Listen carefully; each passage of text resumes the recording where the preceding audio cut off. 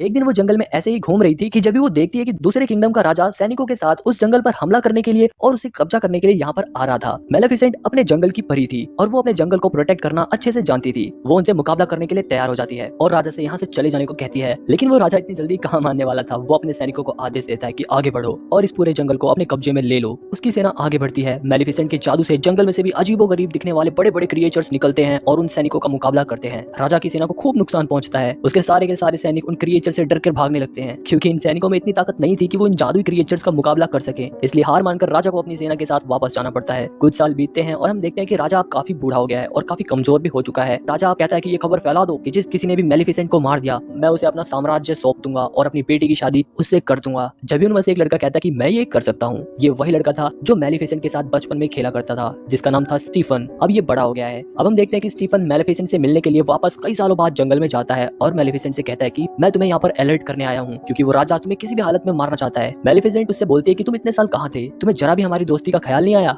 Stephen मेलेफिसेंट से कहता है कि मुझे माफ कर दो, मैं जानता हूँ कि मैं तुमसे कई साल बाद मिल रहा हूँ। मेलेफिसेंट उसे माफ कर देती है। वो दोनों साथ बैठकर काफी सारी बातें करते हैं। मेलेफिसेंट यहाँ नहीं जानती थी कि स्टीफन बहुत ही स्वार्थी इंसान है। वो स्टीफन को बहुत ही अच्छा इंसान समझती थी, लेकिन स्टीफन मेलेफिसेंट को कुछ ऐसी नशीली दवाई खिला देता है जिसे खाकर वो बेहोश हो जाती है। अगले दिन जब मेलेफिसेंट होश में आती है तो उसके शरीर में उसके पर नहीं थे। उसे काफी दर्द हो रहा था और वो काफी दुखी भी थी, क्योंकि उसके पास उसके प्यारे पंख नहीं थे। दूसरी तरफ हम देखते हैं कि स्टीफन मेलेफिसेंट के पंख को लेकर वापस राजमहल में जाता है और राजा से कहता है कि मैंने मेलेफिसेंट को मार दिया। राजा तो बहुत खुश होता है कि आखिरकार मेलेफिसेंट मर गई और वादे के अनुसार वो स्टीफन को किंगडम का राजा बना देता है। वहीं मेलेफिसेंट बेचारी बहुत ही उदास रहती है। उसकी पावर्स भी अब काफी कम हो चुकी थी। वो अब अपने पंख के बिना उड़ भी नहीं सकती थी। एक दिन वो देखती है कि कुछ शिकारी एक कौवे को पकड़ रहे थे। मेलेफिसेंट उस जाल में फंसे कौवे को इंसान में बदल देती है। ये देखकर शिकारी एकदम डर के मारे वहां से भाग जाते हैं। वहीं वो कौवा मेलेफिसेंट के पास आता है और मेलेफिसेंट से बोलता है कि आपने मेरी जान बचाई, अब से आप जो कहेंगी मैं वही करूंगा, क्योंकि वो कौवा इंसान बनने के बाद काफी खुश हो जाता है। मेलेफिसेंट उसका नाम डियावल रख देती है। डियावल मेलेफिसेंट के लिए जासूसी करता था, जिसके जरिए मेलेफिसेंट को पता चलता है कि स्टीफन ने राजा बनने के लालच में आकर उसके पर काट दिए थे। अब उसे इंसानों से नफरत हो गई थी, क्योंकि उसने स्टीफन के ऊपर सबसे ज्यादा भरोसा किया था।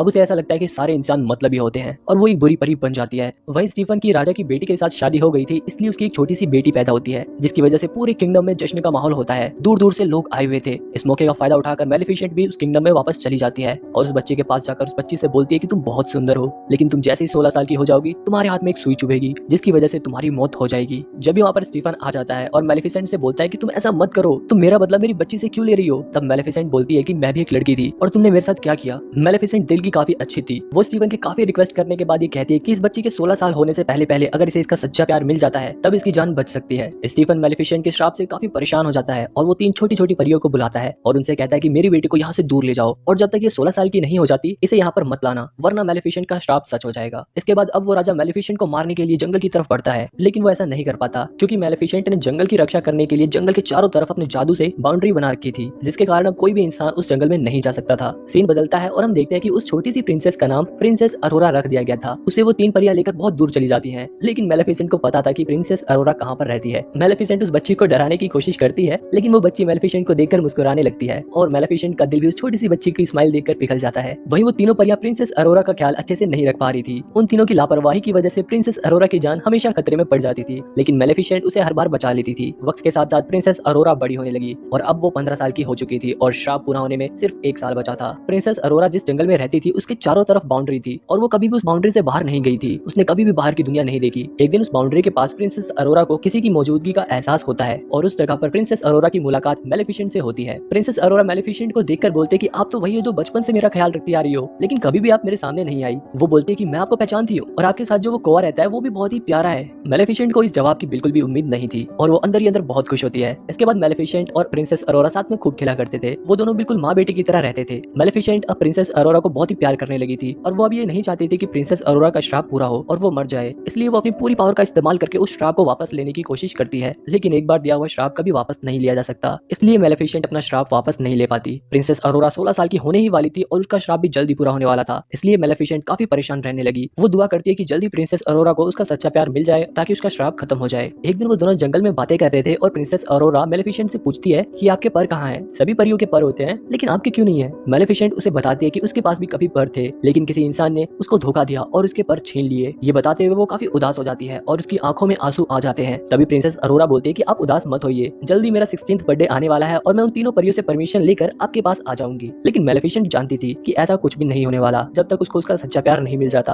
अब प्रिंसेस अरोरा वापस अपने घर जा रही होती है, तब उसे रास्ते में एक लड़का दिखाई देता है जो उसी की उम्र का था। वो दोनों आपस में काफी बातें करते हैं और वो दोनों एक दूसरे को काफी पसंद भी करने लगे थे। इसके बाद प्रिंसेस अरोरा घर चली जाती है और उन तीनों परियों से बोलती है कि मैं यहाँ से जाना चाहती हूँ, मैं यहाँ से दूर मेलेफिसेंट के पास जाना चाहती हूँ। उन तीनों परियों को ऐसा लगता है कि शायद इसे पता चल गया है कि इसके पेरेंट्स चिंता है, इसलिए ये वापस किंगडम जाना चाहती है। वो तीनों प्रिंसेस अरोरा को पूरी कहानी बता देती हैं कि किस तरह मेलेफिसेंट के श्राप की वजह से उसे अपने परिवार से कई सालों तक दूर रहना पड़ा। प्रिंसेस अरोरा को अपने कानों पर विश्वास नहीं होता। उदास होकर मेलेफिसेंट के पास जाती है और उसे पूछती है कि क्या ये सच है। मेलेफिसेंट उसे बताती है कि हाँ ये सच है, मैंने तुम्हें श्राप दिया था, लेकिन अब मेरा दिल बदल चुका है। मैंने ये सब तुम्हारे पिता की वजह से किया था, लेकिन अब मैं भी नहीं चाहती कि तुम्हारा श्राप पूरा हो और तुम मर जाओ। मैं भी तुम्हें बचाना चाहती हूँ। प्रिंसेस अरोरा रोते हुए वहाँ से अपने पिता के पास चली जाती है और अपने पिता के गले लगकर रोने लगती है। वो बोलती है कि मैंने आप सबको बहुत मिस किया। लेकिन राजा स्टीफन उन तीनों परियों पर बहुत ही गुस्सा था, क्योंकि प्रिंसेस अरोरा के 16वें बर्थडे में अभी भी एक दिन बाकी था, इसलिए वो बिल्कुल भी रिस्क नहीं लेना चाहता था। वो अपने सिपाहियों से बोलता है कि इसे किसी कमरे में बंद कर दो जिसमें कोई भी नोकीली चीज ना हो, लेकिन वो राजा कुछ भी कर ले, श्राप रुक नहीं सकता था। जैसे ही प्रिंसेस अरोरा का 16वां बर्थडे आता है, वो अपने आप ही एक ऐसी जगह पर चली जाती है जहाँ पर खूब सारी नोकीली चीजें थी। श्राप की वजह से वो उस नोकीली चीज को अपनी उंगली पर चुभा लेती है और बेहोश हो जाती है। राजा बहुत ही परेशान हो जाता है क्योंकि उसकी बेटी अब गहरी नींद में जा चुकी थी और वो कभी नहीं उठने वाली थी। मेलेफिसेंट भी काफी उदास हो जाती है, इसलिए वो उस लड़के के पास जाती है जिससे प्रिंसेस अरोरा की मुलाकात हुई थी, क्योंकि मेलेफिसेंट को ऐसा लगता है कि शायद ये लड़का प्रिंसेस अरोरा का सच्चा प्यार हो। दूसरी तरफ वो तीनों परियां राजा से बोलती है कि आप प्रिंसेस अरोरा के माथे पर चूमिए, आप उसके पिता हैं, हो सकता है कि आप ही उसका सच्चा प्यार हो। तब राजा बोलता है कि मैं किसी का भी सच्चा प्यार नहीं हो सकता, मैंने ही मेलेफिसेंट को धोखा दिया, इसी वजह से सब कुछ हो रहा है, सब मेरी गलती है। जब भी मेलेफिसेंट उस लड़के को लेकर यहाँ पर आ जाती है, उस लड़के के किस करने पर भी प्रिंसेस अरोरा को होश नहीं आता। मेलेफिसेंट को पता चल जाता है कि ये लड़का प्रिंसेस अरोरा का सच्चा प्यार नहीं है। मेलेफिसेंट प्रिंसेस अरोरा को देखकर रोने लगती है और कहती है कि मैं तुम्हें कभी नहीं भूल पाऊंगी, तुम्हारी स्माइल मुझे हमेशा याद रहेगी। ये कहकर मेलेफिसेंट प्रिंसेस अरोरा के माथे पर किस करती है और वहाँ से जाने लगती है। तभी पीछे से प्रिंसेस अरोरा की आवाज आती है, क्योंकि प्रिंसेस अरोरा का श्राप अब खत्म हो चुका था, क्योंकि मेलेफिसेंट और प्रिंसेस अरोरा एक दूसरे को दिल से प्यार करते थे। प्रिंसेस अरोरा मेलेफिसेंट से बोलती है कि अब वो भी उनके साथ जंगल में ही रहेगी। इसके बाद मेलेफिसेंट प्रिंसेस अरोरा को लेकर वहाँ से जाने लगती है। तभी स्टीफन के लोग उन पर लोहे का जाल डाल देते हैं, क्योंकि स्टीफन को ये मालूम था कि लोहा परियों को जला देता है। अब बेचारी मेलेफिसेंट तो कुछ नहीं कर पा रही थी, लेकिन वो अपने कौवे को एक खूंखार ड्रैगन में बदल देती है, जो कि मुंह से आग निकाल निकाल कर उनके सैनिकों को मारकर वहाँ से भगा देता है और मेलेफिसेंट को उस जाल से आजाद कर देता है। जब भी वहाँ पर स्टीफन लोहे का कवच पहनकर आता है ताकि मेलेफिसेंट उसे ना मार सके, और उसके सिपाही मेलेफिसेंट को एक बार फिर से घेर लेते हैं। दूसरी तरफ हम देखते हैं कि प्रिंसेस अरोरा जहाँ पर है, मेलेफिसेंट के पंख रखे हुए थे और उनमें अभी भी जान थी। प्रिंसेस अरोरा मेलेफिसेंट के पंखों को आजाद कर देती है और वो पंख अपने आप जाकर मेलेफिसेंट के शरीर में लग जाते हैं। मेलेफिसेंट की सारी ताकत वापस आ जाती है और वो वापस से उड़ने लगती है। वो उड़ते उड़ते अपने साथ स्टीफन को भी उड़ाकर वहाँ से ले जाती है, लेकिन उसे नीचे नहीं गिराती। लेकिन स्टीफन मेलेफिसेंट को मारने लगता है, जिसकी वजह से वो दोनों नीचे गिरने लगते हैं। स्टीफन मेलेफिसेंट के पंख को पकड़ कर रखता है, जिसकी वजह से मेलेफिसेंट उड़ नहीं पा रही थी। किसी तरह मेलेफिसेंट अपने पंखों को ऐन मौके पर खोल देती है, जिसकी वजह से स्टीफन की पकड़ छूट जाती है और वो नीचे गिर जाता है और उसका काम तमाम हो जाता है। अब यहाँ पर सब कुछ ठीक हो चुका था। अगली सुबह हम देखते हैं कि मेलेफिसेंट उस जंगल की बाउंड्री को हटा देती है और एक बार फिर से जंगल में दोबारा से फूल खिलने लगते हैं। वहाँ की हरियाली वापस आ जाती है। मेलेफिसेंट प्रिंसेस अरोरा को उस जंगल की नई रानी बना देती है और अब ये जंगल उस किंगडम के साथ मिल जाता है और अब यहाँ के सभी लोग हंसी खुशी रहने लगते हैं। यहाँ पर ये मूवी